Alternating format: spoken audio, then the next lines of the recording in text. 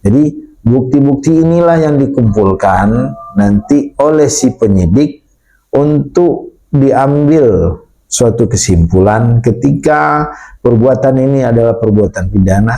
Siapa kira-kira yang melakukan perbuatan pidana itu? Atau dengan kata lain, siapa yang harus mempertanggungjawabkan perbuatan pidana?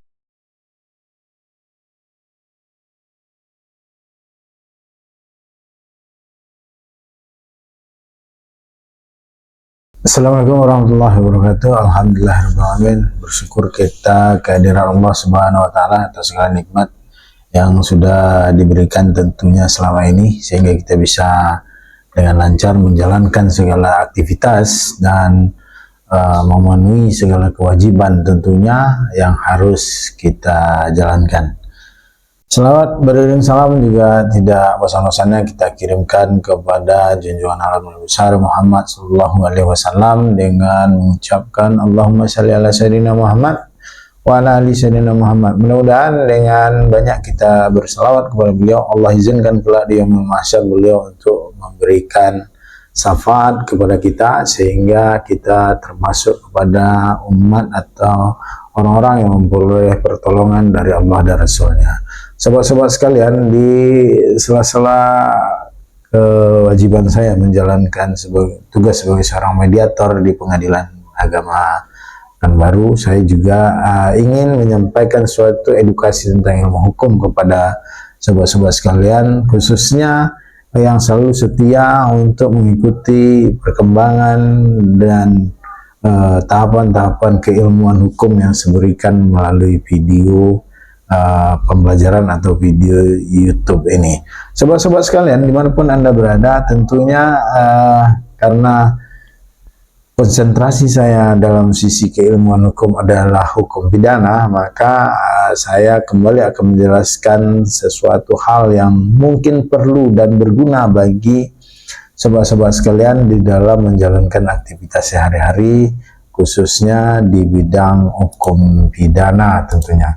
Sobat-sobat sekalian, kalau pada video yang lalu atau apa yang sudah saya share sebelumnya pada video terdahulu adalah tentang penyelidikan. Nah, penyelidikan sebagaimana saya jelaskan pada video yang lalu adalah bagian dari sebuah proses atau bagian dari suatu proses pemidanaan yang diatur di dalam undang-undang.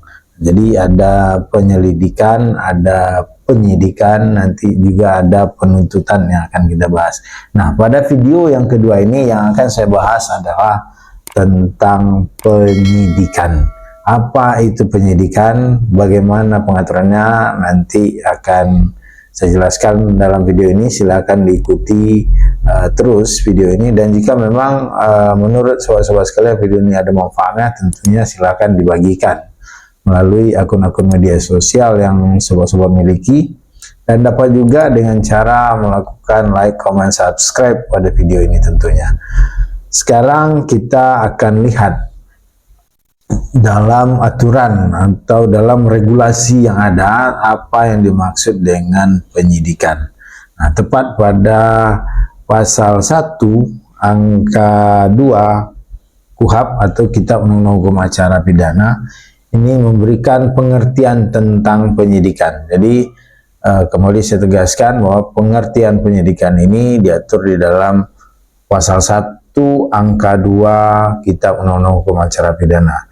Penyidikan adalah serangkaian tindakan penyidik dalam hal dan menurut cara yang diatur dalam undang-undang ini untuk mencari serta mengumpulkan bukti yang dengan bukti itu membuat terang tentang tindak pidana yang terjadi dan guna menemukan tersangkanya. Nah, sobat-sobat sekalian, di dalam proses penyidikan atau sidik dalam bahasa yang sering dipakai di dalam dunia praktis adalah sidik ya. Nah, prosesnya ini disebut dengan penyidikan. Sebelumnya ada penyelidikan. Ketika penyelidikan adalah serangkaian tindakan untuk mencari apakah ada pidana atau tidak dalam suatu perbuatan yang terjadi, maka di dalam proses penyidikan ini adalah lanjutan dari proses penyelidikan. Ketika proses penyelidikan itu berkesimpulan atau mengambil suatu resume menyatakan bahwa di dalam perbuatan itu ada unsur pidana yang dilanggar, atau katakanlah bahwa perbuatan itu adalah perbuatan pidana, maka tahapan selanjutnya yang harus dilalui dalam suatu proses pemidanaan adalah penyidikan. Penyidikan ini dilakukan atau dijalankan oleh seorang penyidik. Apakah itu penyidiknya dari pihak kepolisian atau dari pihak pegawai negeri sipil. Nah, ini silakan dilakukan tergantung kepada perbuatan apa yang terjadi. Nah, ketika kita ambil dalam khasanah keilmuan hukum pidana secara umum, maka yang melakukan penyidik ini atau proses penyidikan ini adalah penyidik dari pihak kepolisian. Apa penyidik, bagaimana syarat untuk menjadi penyidik, nanti kita jelaskan dalam video-video berikutnya. Sekarang kita fokus kepada proses penyidikan. Sebagaimana yang sudah saya jelaskan tadi, bahwa penyidikan ini adalah merupakan suatu lanjutan dari proses penyelidikan yang telah dilakukan sebelumnya. Ketika hasil kesimpulan dari penyelidikan menentukan atau menyatakan bahwa ini adalah suatu perbuatan pidana, maka dalam proses penyidikan ini adalah rangkaian atau tindakan atau perbuatan yang dilakukan oleh penyidik untuk mengumpulkan barang bukti. Ini sebagaimana yang diatur di dalam pasal 1 angka 2 KUHP tadi, untuk mengumpulkan bukti-bukti. Nah, bukti-bukti ini kan ada yang berupa keterangan dari saksi, ada juga keterangan dari ahli, ada juga dari keterangan dari tersangka. Jadi bukti-bukti inilah yang dikumpulkan nanti oleh si penyidik untuk diambil suatu kesimpulan ketika perbuatan ini adalah perbuatan pidana. Siapa kira-kira yang melakukan perbuatan pidana itu? Atau dengan kata lain, siapa yang harus mempertanggungjawabkan perbuatan pidana yang sedang dilakukan penyidikan itu? Maka keterangan saksi, bukti-bukti atau alat bukti sebagaimana yang diatur di dalam pasal 184 KUHP itu sangat menentukan siapa yang akan menjadi tersangka. Jadi secara sederhana dalam logika berpikir yang singkat, kita bisa kesimpulkan bahwa penyidikan itu adalah suatu rangkaian perbuatan yang dilakukan oleh penyidik untuk menemukan siapa tersangka dari suatu perbuatan pidana yang telah terjadi. Atau dengan kata lain, siapa yang harus bertanggung jawab terhadap perbuatan pidana itu. Nah, maka ini akan berkaitan dengan orang. Apakah tersangkanya itu 1, 2, atau lain sebagainya secara bersama-sama mungkin. Nah, inilah proses yang harus dilalui dalam suatu proses pemidanaan. Setelah ada penyelidikan, maka akan ada penyidikan. Penyidikan intinya adalah untuk menemukan siapa tersangka dari suatu perbuatan pidana yang telah terjadi. Apakah ada suatu perbuatan pidana tanpa tersangka? Tidak ada perbuatan pidana tanpa ada tersangka, karena proses penyidikan itu tadi adalah tujuannya untuk menemukan siapa tersangka. Nah, ketika setelah ditemukan tersangkanya, maka pihak penyidik dalam proses penyidikan ini akan menempatkan atau meletakkan suatu sebutan kepada orang-orang yang diselidiki atau yang disidik di dalam proses penyidikan tersebut. Apakah dia berstatus sebagai seorang saksi, apakah dia berstatus sebagai seorang tersangka, maka itu akan ditentukan oleh serangkaian perbuatan yang dilakukan penyidik tadi dengan cara mengumpulkan bukti-bukti, membuat berita acara pemeriksaan, dan juga perlu saya jelaskan di sini bahwa ketika di dalam proses penyelidikan, maka ada namanya undangan wawancara dan klarifikasi. Kalau di dalam proses penyidikan, bentuknya bukan lagi undangan atau surat undangan, tetapi bentuknya adalah panggilan. Nah, ketika panggilan ini disampaikan oleh penyidik, maka saudara atau siapa saja yang menjadi terpanggil atau yang dipanggil melalui surat tersebut, saya sarankan untuk segera memenuhi.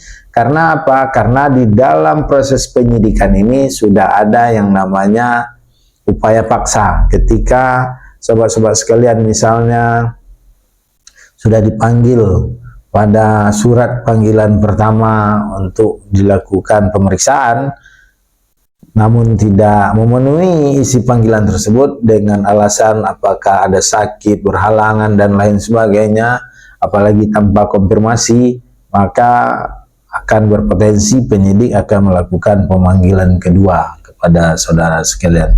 Nah, ketika panggilan kedua ini juga tidak dipenuhi atau saudara tidak memenuhi isi panggilan yang disampaikan oleh penyidik tersebut, maka apakah ada panggilan ketiga? Panggilan ketiga ini biasanya langsung datang penyidik kepada yang bersangkutan. Nah, inilah yang disebut dengan upaya paksa. Pada kesempatan ketiga ini, penyidik akan langsung melakukan upaya paksa sebagaimana yang diatur di dalam Kitab Undang-Undang Hukum Acara Pidana. Jadi, untuk menghindari upaya paksa sebagaimana yang diatur di dalam KUHP itu, silakan sobat-sobat untuk memenuhi panggilan ketika sobat-sobat mendapat panggilan dari pihak penyidik. Setelah sobat-sobat memenuhi panggilan, maka hasil dari panggilan ini atau hasil dari pemeriksaan ini, inilah yang disebut dengan istilah BAP atau berita acara pemeriksaan. Kalau sebelumnya di dalam proses penyelidikan, maka itu disebut dengan berita acara interview. Ketika di dalam pemeriksaan proses penyidikan, maka disebut dengan berita acara pemeriksaan. Demikian sobat-sobat sekalian, secara singkat yang saya sampaikan kali ini tentang proses penyidikan. Mudah-mudahan ada manfaat untuk sobat-sobat sekalian, dan jika menurut sobat-sobat sekalian sekali lagi ada manfaatnya, silahkan dibagikan menurut akun-akun media atau melalui akun-akun media sosial sobat-sobat sekalian. Lebih dan kurang dalam penyampaian ini mungkin perlu pembelajaran lagi bagi saya pribadi tentunya. Namun demikian, jangan bosan-bosan untuk menyebarkan kebaikan, mana tahu kebaikan itu mendatangkan suatu mendatangkan suatu manfaat bagi sobat-sobat sekalian. Bila taufiq wal hidayah. Assalamualaikum warahmatullahi wabarakatuh.